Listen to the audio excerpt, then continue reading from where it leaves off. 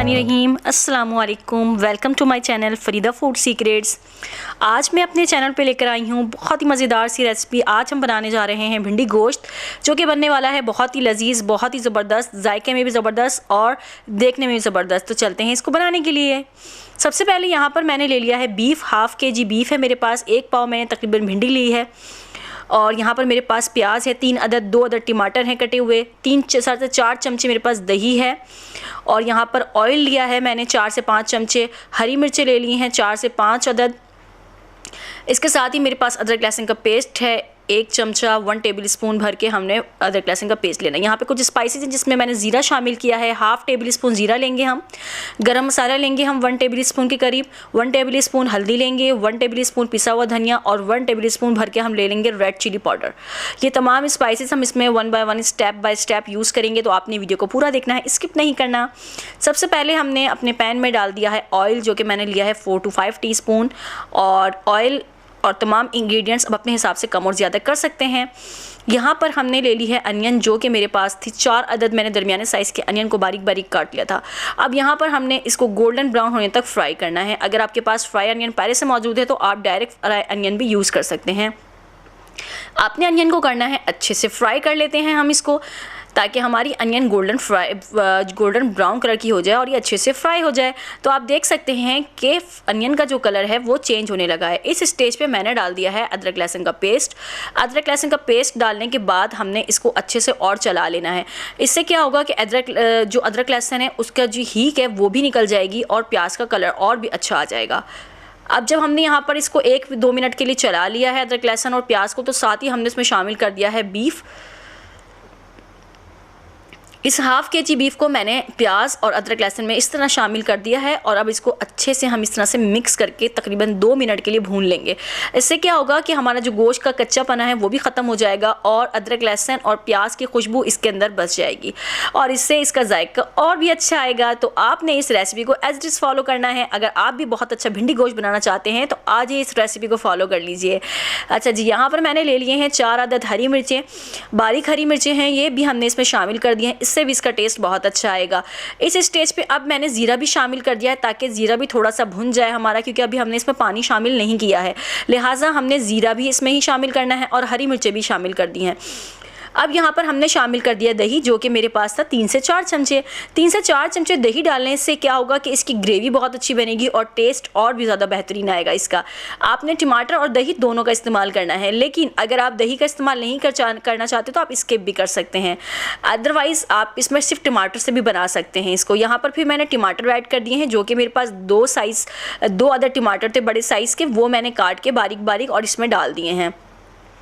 इन तमाम चीज़ों को मैंने 2 मिनट तक चला लिया है। अब हम इसमें शामिल कर लेते हैं स्पाइसेस। सबसे पहले हमने डाल दिया इसमें पिसा हुआ धनिया, 1 टेबल स्पून हल्दी और साथ में 1 टेबल स्पून भर के ले ली थी मैंने रेड चिली पाउडर।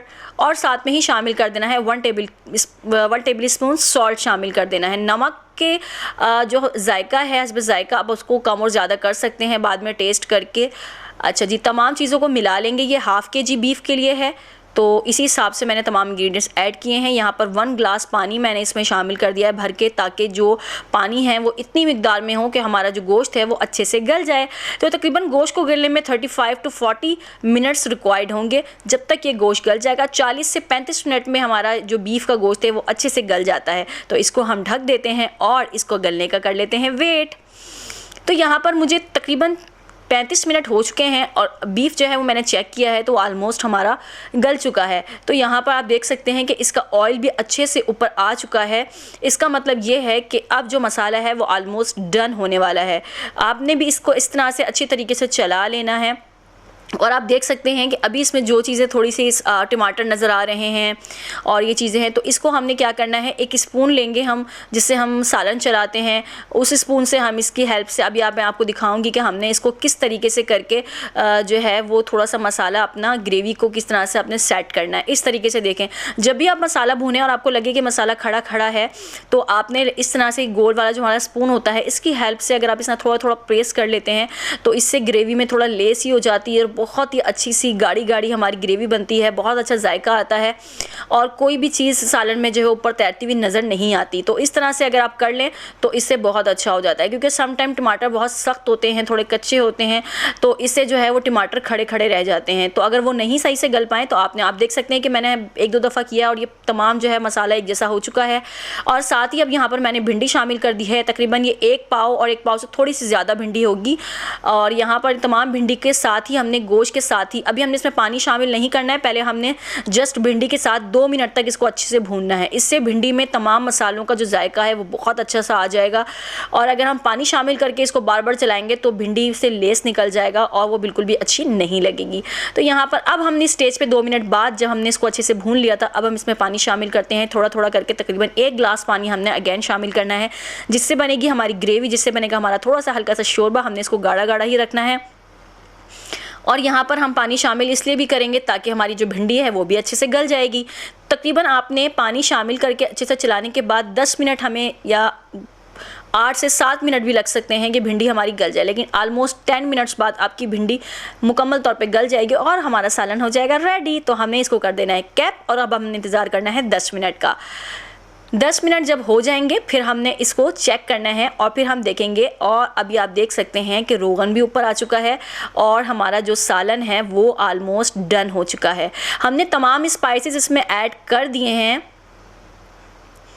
सिर्फ हमने गरम मसाला ऐड नहीं किया था। तो हम अब इस स्टेज पे इसमें करेंगे पिसा हुआ गरम मसाला ऐड।